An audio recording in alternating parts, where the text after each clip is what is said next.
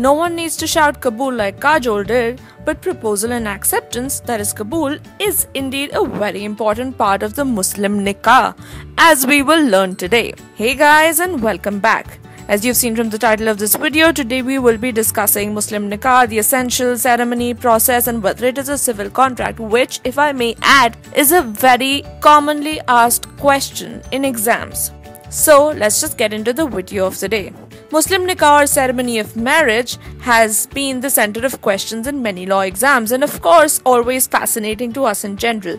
So let's learn a little bit more about it. The essentials include the following. One of the essentials of nikah includes an offer from the groom, which is also known as ijab. This is the proposal. When this proposal is accepted, it forms a contract. The acceptance by the bride or the authorized representative is known as Qabul, and this whole process is known as ijab o Qabul. This results in a contract of marriage or aqd. It is also important to know that the priest or the qazi explains the rituals and the identity to the bride and the groom and also declares the meher amount, which is the dower.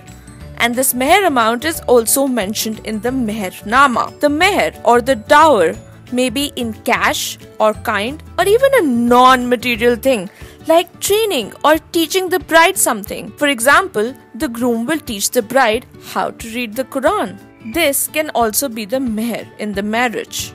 The meher can be paid upfront, which is known as muajjal, or can be in the form of a promise to pay upon demand or a certain future event. This is known as muwajjal. So there are two kinds of meher. One which is paid promptly or immediately and one which is paid delayed. The bride accepts the meher, after which the groom and the bride are considered husband and wife. Yay! But there are some other essentials to the nikah as well. Offer and acceptance should be done in the same sitting, transaction or venue. So it can't be that the groom proposes on one day and the bride accepts after 3 months. It is also important to know that the existence of qazi is actually not essential to the completion of nikah. Number 3. Witnesses must be present in Sunni Muslims, but they are not required in Shia Muslims. In Sunni Muslims, 2 adult males or 1 adult male and 2 adult females are required as witnesses.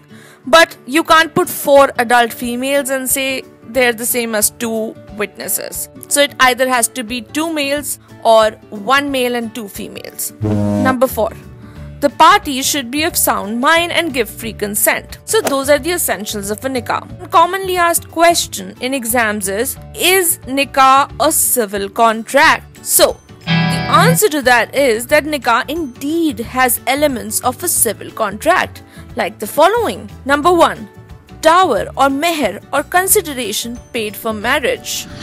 Number 2. Free consent, which is an essential element of any contract, as you may know if you've learned even a little bit of Indian Contract Act. Number 3.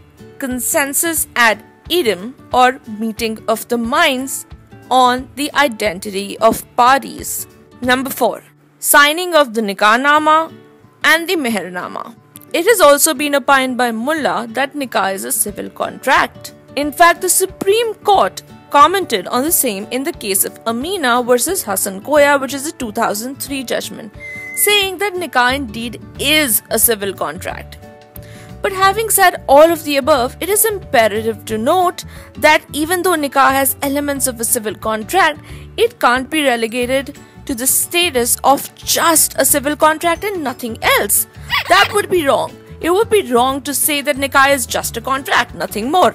The purpose of nikah or marriage is to create a unit of society in the form of family. In case of Muhammad Ahmad Khan versus Shah Banu Begum, which by the way we have discussed in detail in one of our most popular videos to the date. I will link it in a card on the top right corner of your screen. In that case, Muhammad Ahmad Khan versus Shah Banu Begum, it was held that dower or meher is not just a mere consideration but is also a sign of respect and a way to keep a check on divorce. So you can't say that because it is consideration and meher is consideration, nikah is just a contract, nothing more. That would be wrong. Furthermore, certain aspects of a civil contract which can be found in the Indian Contract Act like frustration, novation or damages, don't apply to nikah. Hence, it can effectively be concluded that though nikah is a civil contract for most purposes, it would be wrong to relegate it just to an impersonal contract and nothing else. If you enjoyed this video, give us a thumbs up and subscribe to our channel so you get notified of new videos.